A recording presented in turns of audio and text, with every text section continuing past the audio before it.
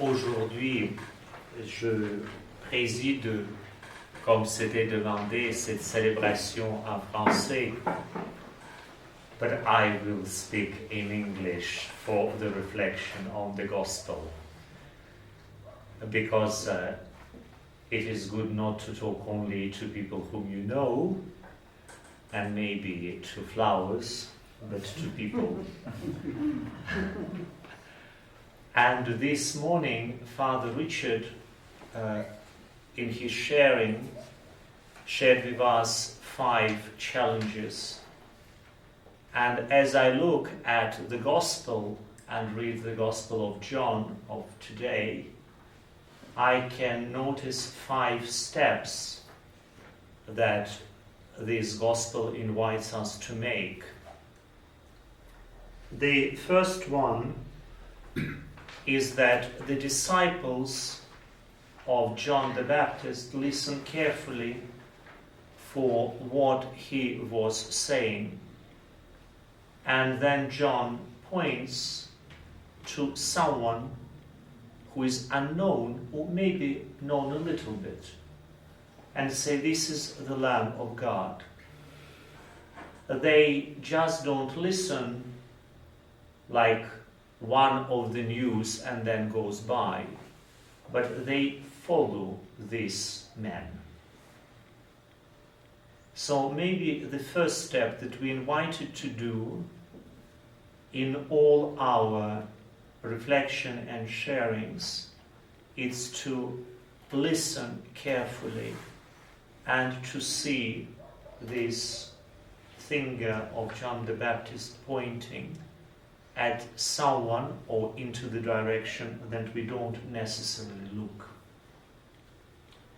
The second step is that disciples follow Jesus. And he asked them a question. And we were discussing this question yesterday for some time.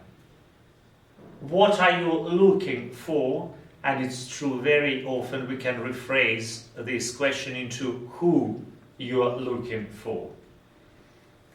And the answer of Jesus to this desire of the disciples, and he provokes their desire, then he asks them, what or who are you looking for? They say, where do you dwell? And this is maybe one of the questions that we should ask also ourselves and ask Jesus, where do you dwell? And Jesus invited them, and they make a third step, come and see.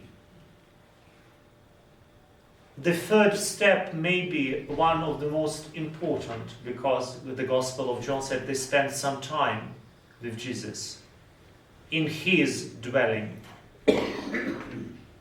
So it's maybe invitation for all of us, what in all our reflections we call the deepening of our interior life, to spend time in the dwelling of Christ.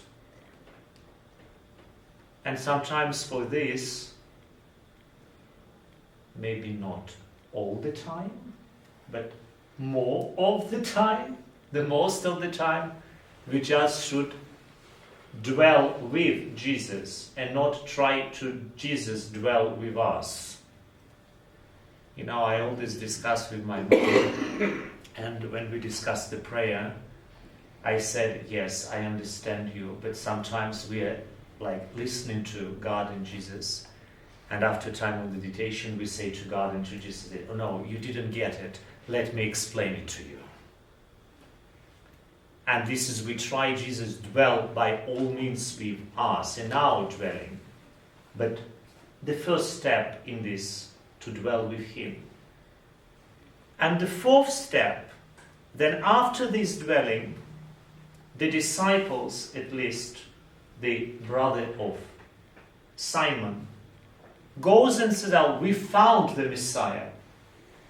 He's able to share what they found So maybe this is what we also have to learn. The way of sharing what we found in the dwelling of Christ. And it involved our community dialogue, our community reflection, our community sharing. And it is very vulnerable and intimate matters. But it took guts of Andrew to say to Simon, we found the Messiah. It's a pretentious statement. It is a bold one. It is not, maybe we found kind of the Messiah that fits in our reflection. And the fifth step, maybe one that we don't notice too often, but still important. Then Andrew takes Simon to Jesus. Jesus looks at him and said, your name is Peter, the stone.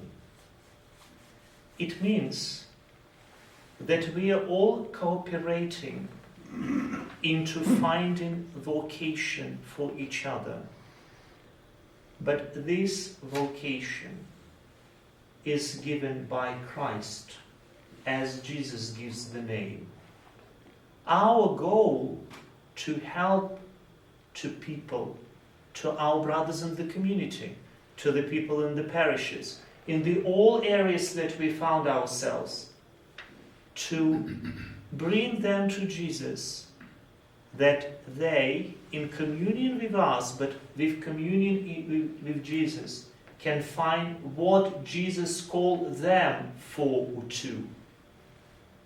And as we know from the following of the Gospel, they will all form a community. It means the call of Jesus and this particular name that Jesus gives to each one of us. It's not a dispersion.